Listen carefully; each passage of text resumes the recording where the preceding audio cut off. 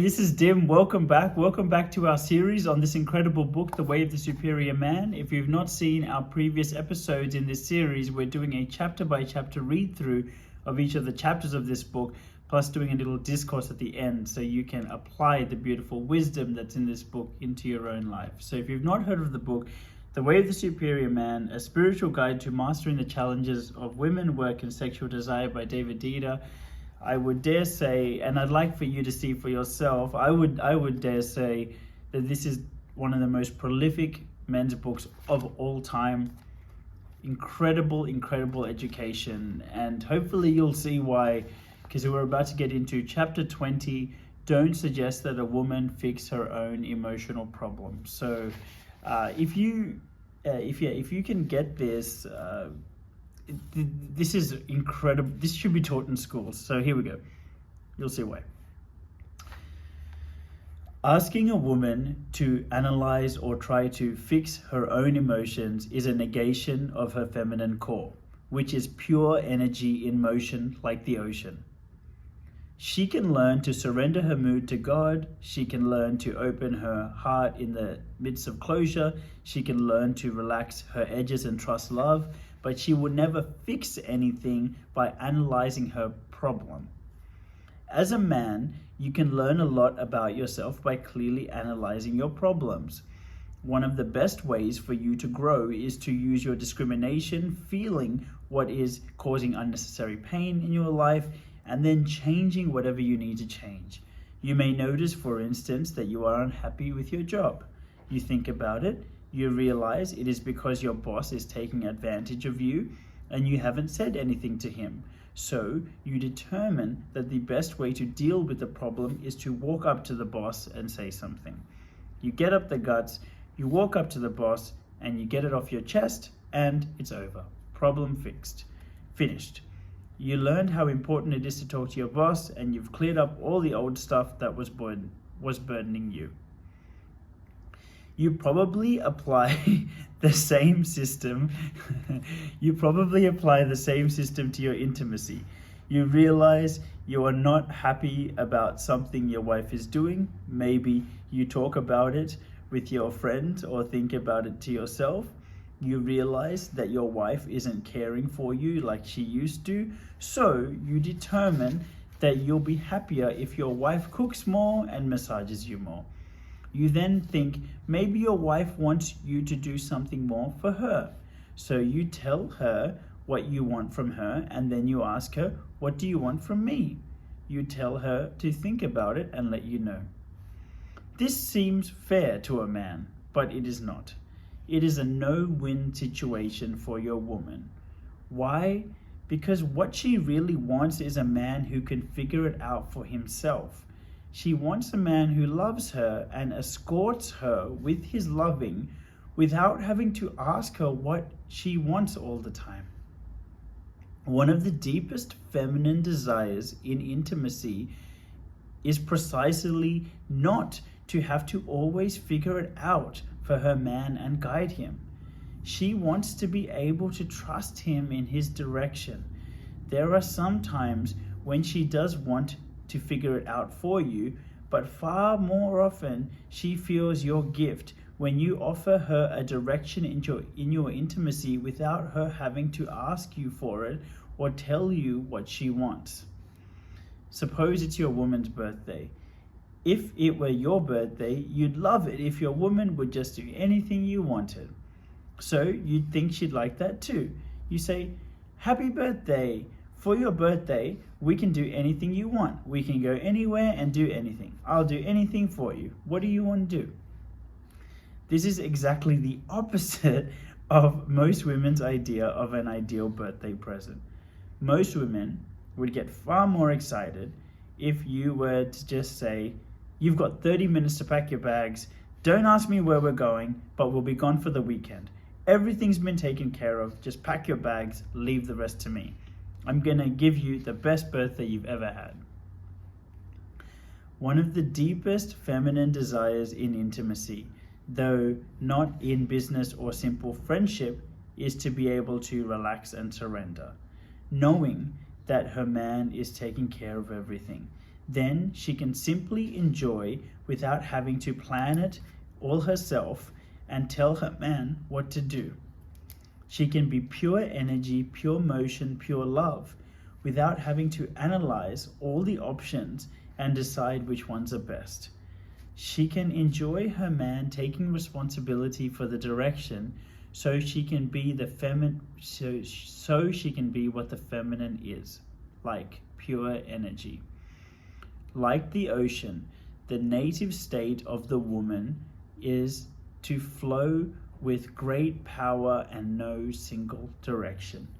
The masculine builds canals, dams, and boats to unite with the power of the feminine ocean and go from point A to point B, but the feminine moves in many directions at once. The masculine chooses a single goal and moves in that direction. Like a ship cutting through a vast ocean, the masculine decides on a course and navigates the direction. The feminine energy itself is undirected but immense, like the wind and deep currents of the ocean, ever-changing, beautiful, destructive, and the source of life. By the way, I think that's such a great line.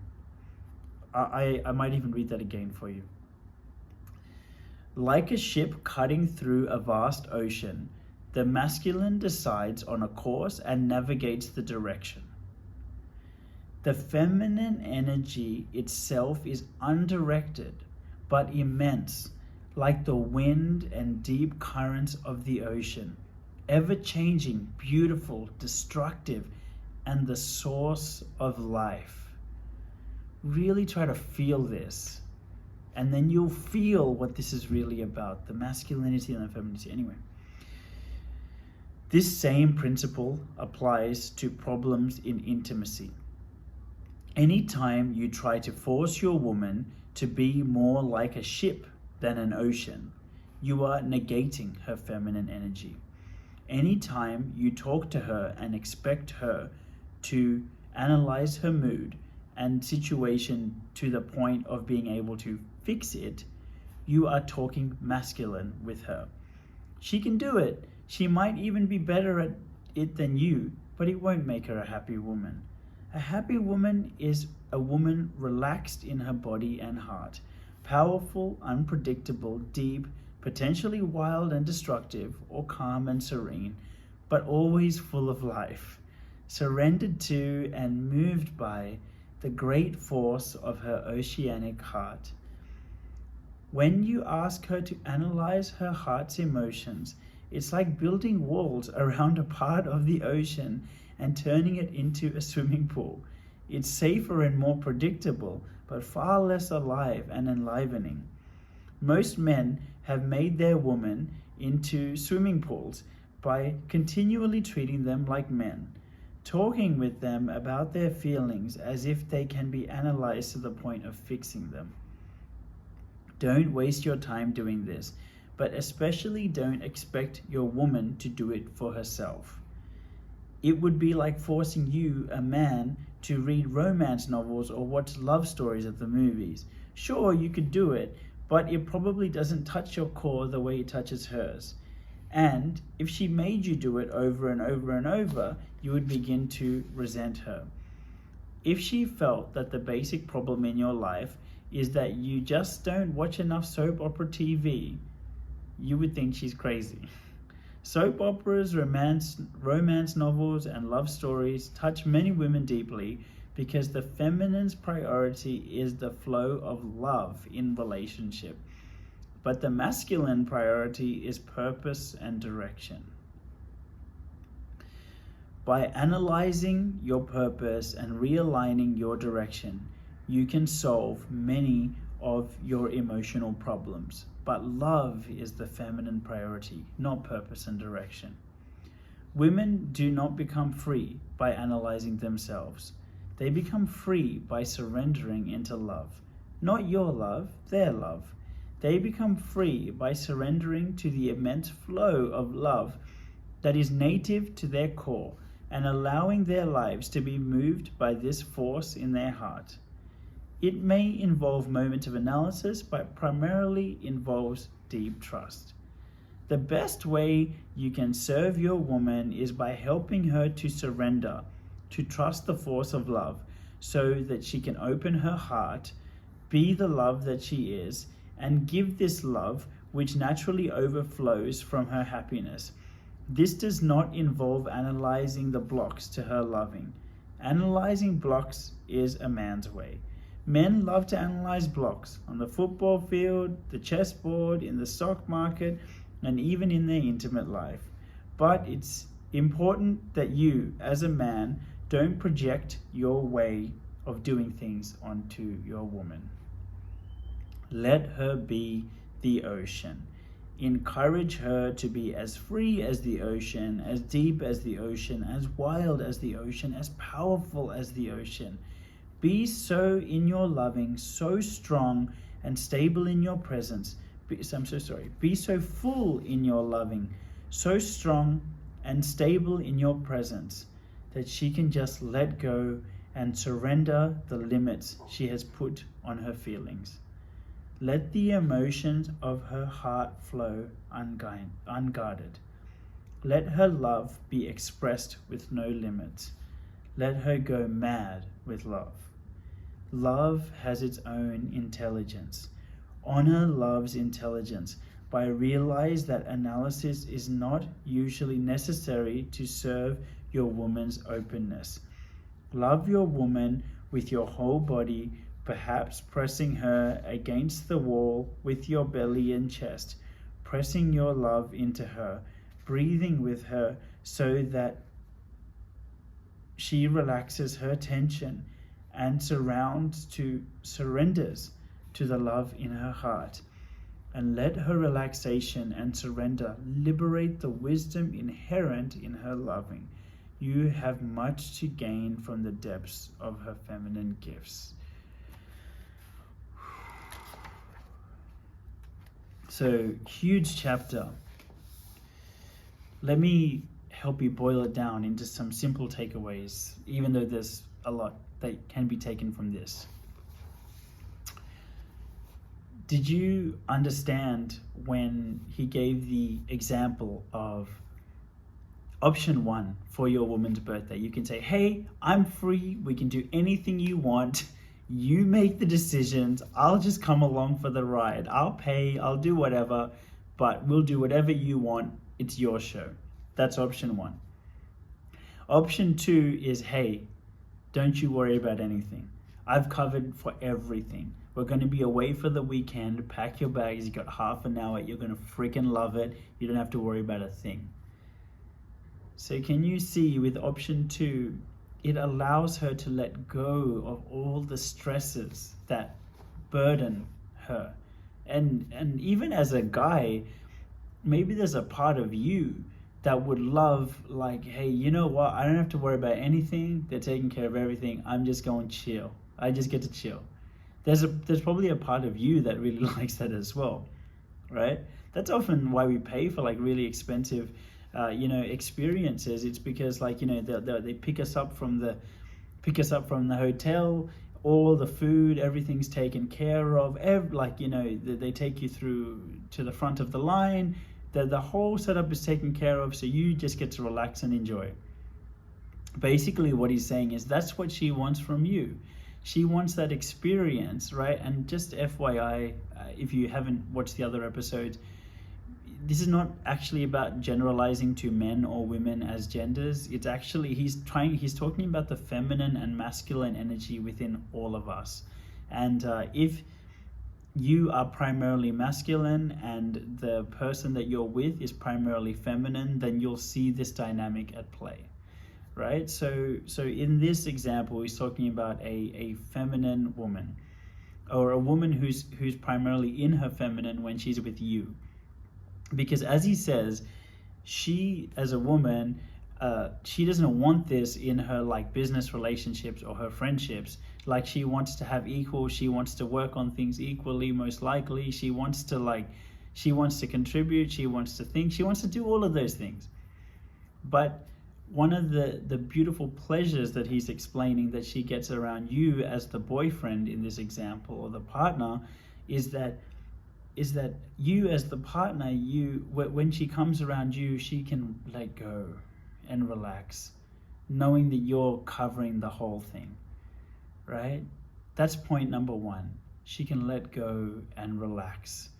And when she can let go and relax of all that masculine armoring of having to control the whole freaking thing, then she can just be her full radiant, full feminine self, where all that life energy comes out. And that is the second point, by the way. The second point was that beautiful passage which I reread a second time, where he says the masculine is kind of like, hey, well, we've got this ocean here, like, let's go from point A to point B. And so let's either build this boat, or let's build like something to, like the udders, or let's build a canal or a dam or something to help me go from point A to point B. Because in this universe, we need both. Number one, we need to, not number one, but on one side, we need to go from point A to point B. We need to go, okay, well, I need to get some food for this house, so I need to go to the garden and pick the food, and then so I'm going from point A to point B. But life of just point A to point B would be insanely boring and black and white, which is why, especially the more masculine you are, the more you're driven crazy in a good or bad way, however you want to say it. But you can't help but love a really feminine woman, because the more black and white you feel you are, the more point A to point B you are, the more you get life energy by someone who just dances, is open, who sings, who's just that big splash of feminine craziness. It's life energy, it's love, it's beautiful, right? But just big life energy splashed everywhere without some kind of safe container of guidance doesn't work either. Then it just becomes a splash of all the things, like the ocean, right? And that's fine, but there's this beautiful harmony and synergy that comes together when the masculine and feminine energy dynamics come together, where the masculine goes, we can actually channel this beautiful this river to go through our garden, and then it'll actually nurture our plants or whatever it is, and there's a synergy that comes together when you can bring these two elements, the guidance and the nurturing. See, remember that word nurturing, that's also guidance. And guidance is also boundaries, by the way. It's actually like, hey, we're going to go from here to here. So we're not going to go this way. We're not going to go this way. We're going from here to here. Why? Because when we go from here to here, it leads to a better outcome for both of us, right? It leads to a higher purpose that we can create together. If I just go from here to here without any life energy, then there's no point. It's dry. There's no life. But without a point, and it's just life energy, there's also no purpose. But then together, when you bring these things together, you have a purpose and you have beautiful life energy, and together you have life. You have life with meaning. So recognize that the masculine's role in this is, it's about the vision. This is kind of where we're heading. This is how we're going to get there. And by the way, this doesn't mean the man has to decide all this. You as the man might enjoy creating the plan, enjoy creating the vision, and enjoy creating the kind of the route to get there. And you can run it by your partner, and she might be like, oh, you know what though, like, I've heard that this way is a bit dangerous, maybe we can try this way. And you're like, oh, that's a great idea. Yeah, we can go from here to there. And oh, you know what, we can add to the vision, this and that, right? Like she's not like a one-sided robot. Like, she as a human being is going to have like her own very valuable opinion about that. And depending on who you're dealing with, she may very well want to contribute to the vision and to the way you're going to get there. And there's value for sure in that, because she's a human.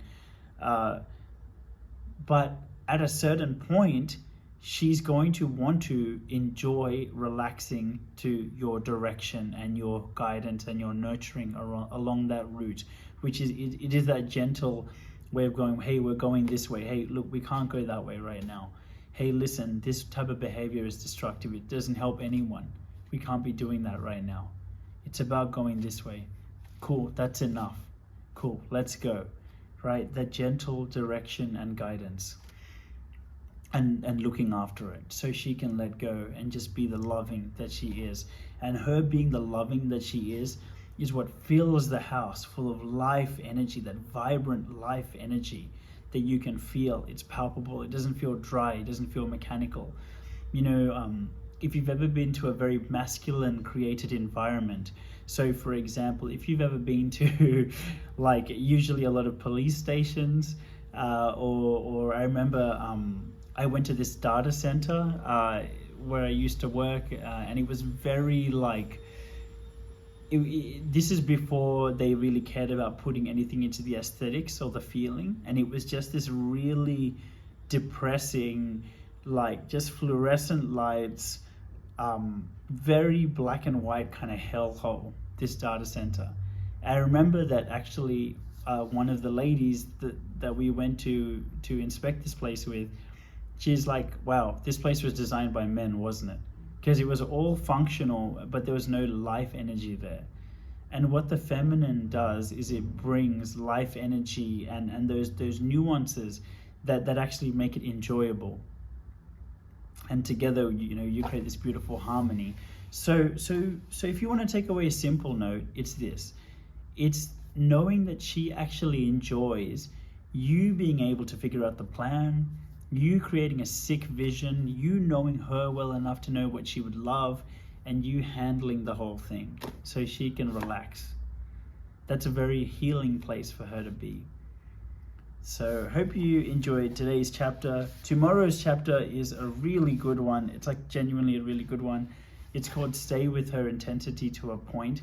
So tomorrow's chapter is really all about boundaries. And I don't think he actually explains it that well in this chapter. I think I can explain it really well. So I look forward to sharing that with you tomorrow. So I hope you enjoyed today's video. And if you did, and if you know anyone who you believe might find this interesting, please do share this video with them. I definitely believe that in the future, we are going to have a future where men will know how to more healthily process their emotions. They'll be clearer on their purpose and direction in life, and they won't feel like they're in their own way in going out and executing and achieving it. They'll know how to have great fulfillment as a result, and vitality, and that will echo beautifully in their intimate relationships and their relationships with their families. I believe in that future, and I believe it's discussions like this that is going to help create that future. So if you would like to have a hand in helping create that future, please do share this video with someone. And it's these discussions, it's this type of knowledge and education which can create that future for us. So I would love, please do. And if you would like to connect with me, I'd love to connect with you. You can add me on Instagram at dimhapper. So thanks for joining me. I look forward to the next episode with you.